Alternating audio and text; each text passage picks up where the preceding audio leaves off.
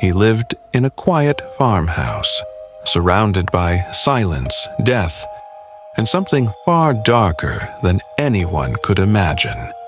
When police finally entered his home, they didn't find a killer's den. They found a museum of human horror. This is the story of Ed Gein, the man who blurred the line between the living and the dead, and inspired some of Hollywood's most terrifying monsters.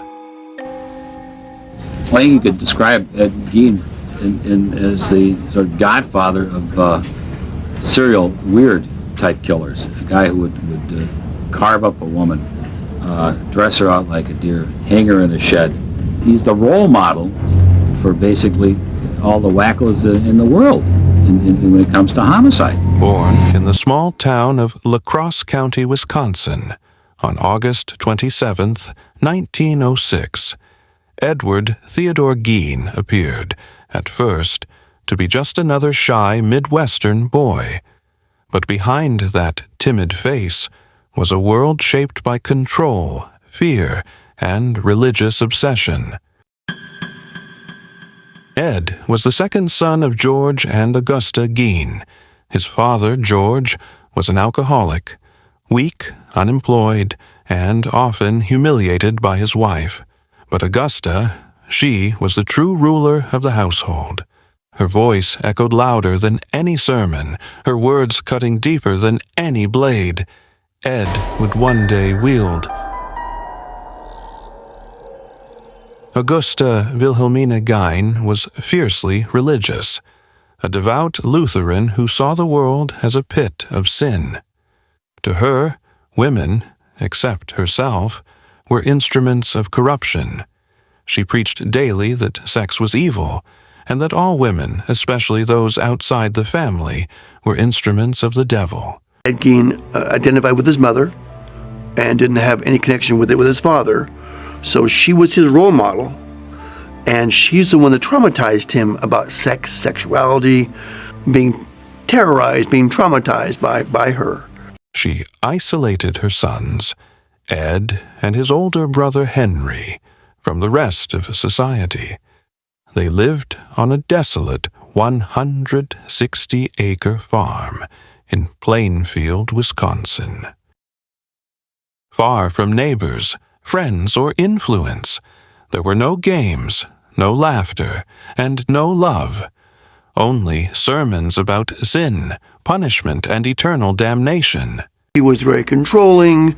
She didn't like men, per se. She certainly didn't like sex. All of that tells you that he did not bond well with her. Every night, Augusta read from the Bible, passages about death, retribution, and divine judgment. She taught Ed that the world was wicked, and that only obedience to her could save him from eternal fire. That belief would anchor itself deep in Ed's fragile psyche. From childhood, Ed displayed strange behaviors. He was socially withdrawn, avoided eye contact, and showed little interest in other children. Teachers described him as quiet but odd, a boy who sometimes smiled at inappropriate moments, as if living in another world. When his father George died in 1940, Ed's attachment to Augusta grew even stronger. She was his God, his protector, and the only woman he was ever allowed to love. I think he developed what we call a Madonna horror complex, where he really loved his mom. I think he wanted to love her, but he also hated her. Off the top of my head, when we talk about those who relate to Ed Gein, I mean, in terms of their MO, I would say that Jerry Brudos had severe mother issues, and he liked to relive his experiences with her by dressing his victims up in her clothing. I think Ed Kemper, by his own words, said, I had this sort of Madonna horror complex with her. I loved her, and I hated her. On one of the days I hated her, I went over and said goodbye to her, and I killed her. I cut off her head. I used it for a dartboard because I hated her. But tragedy struck again in 1944. Ed's older brother Henry began questioning Augusta's influence. He worried about Ed's devotion and called Augusta crazy. Shortly after, a mysterious fire broke out near their property. When firefighters arrived, Ed reported Henry missing, only to lead them directly to his lifeless body. Henry's death was ruled accidental. To this day, many believe Ed killed his brother, removing the only threat to his bond with Augusta. I heard is that they thought that Ed had maybe murdered his brother, but we don't know that. I don't know. Heard that he was jealous of his brother. Don't know that either. The following year, Augusta suffered a stroke. Ed cared for her obsessively, tending to her every need. But when she died in December 1945, Ed's world collapsed completely. He lost his only connection to humanity, and the fragile barrier between sanity and insanity shattered. With Augusta gone, Ed was utterly alone. He sealed off her bedroom, preserving it as a shrine. The rest of the house decayed, filled with filth, rot, and chaos. In that isolation, Ed began to spiral, his mind haunted by guilt, desire, and a desperate need to bring his mother back. After Augusta's death, Ed developed a macabre fascination with anatomy and the female body. He began reading pulp magazines and books about Nazi experiments, cannibalism, and human anatomy. His curiosity turned into obsession. Late at night, he visited local cemeteries around Plainfield. Armed with a shovel and a lantern, Ed exhumed recently buried women who resembled his mother.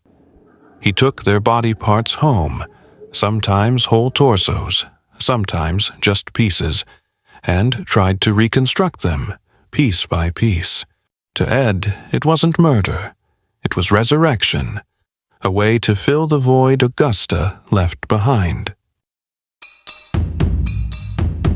And I think all of this was fueling a very active imagination. So he's developing these obsessions and these interests, and he's quite skilled as a farmhand at this point in time. He knows how to slaughter animals, he knows how to prepare carcasses.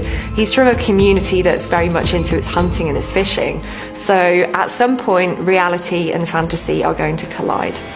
On November 16th, 1957, the Plainfield community was shaken by the disappearance of Bernice Warden, a local hardware store owner. Her son, Deputy Sheriff Frank Warden, found a blood trail leading out of the store and a receipt made out to one name, Ed Gein. When investigators arrived at Gein's farmhouse, they entered a nightmare no one could have imagined.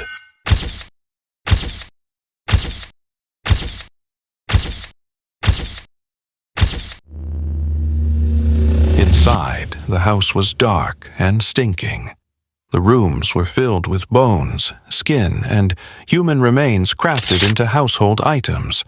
Chairs upholstered with flesh, bowls made from skulls, masks fashioned from human faces. Bernice Warden's decapitated body was found hanging upside down in a shed, gutted like a deer.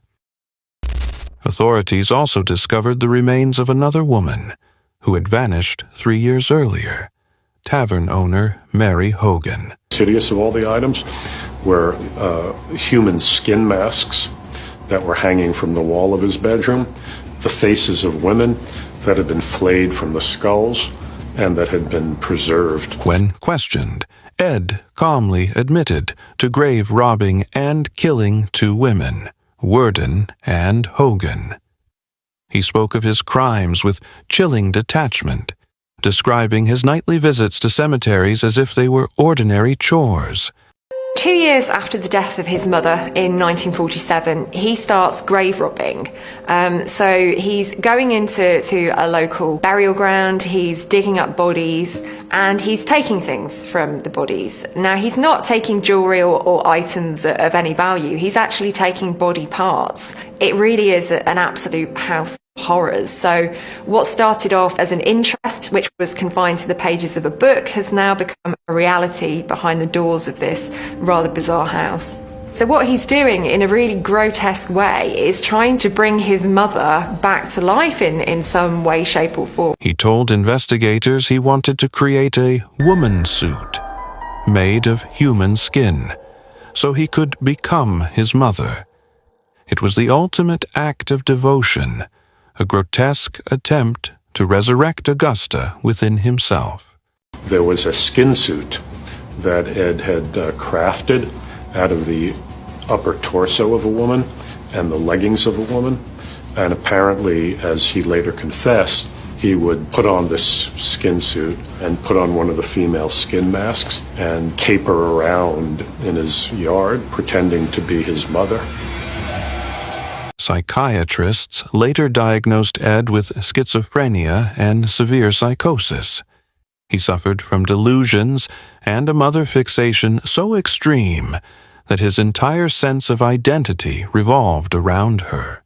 He was found legally insane and committed to the Central State Hospital for the criminally insane. Augusta's teachings about sin and purity became Ed's inner law. When she died, he could no longer separate love from guilt or death from rebirth. His grave robbing, mutilation, and crafting of human remains were twisted rituals, a way to maintain a bond with the only woman he ever loved or hate, even in death. His crimes weren't driven by lust or rage, but by loneliness and obsession, a desperate need to undo loss, to bring the dead back to life, no matter the cost. Kill other women and to sort of emulate her and become like her.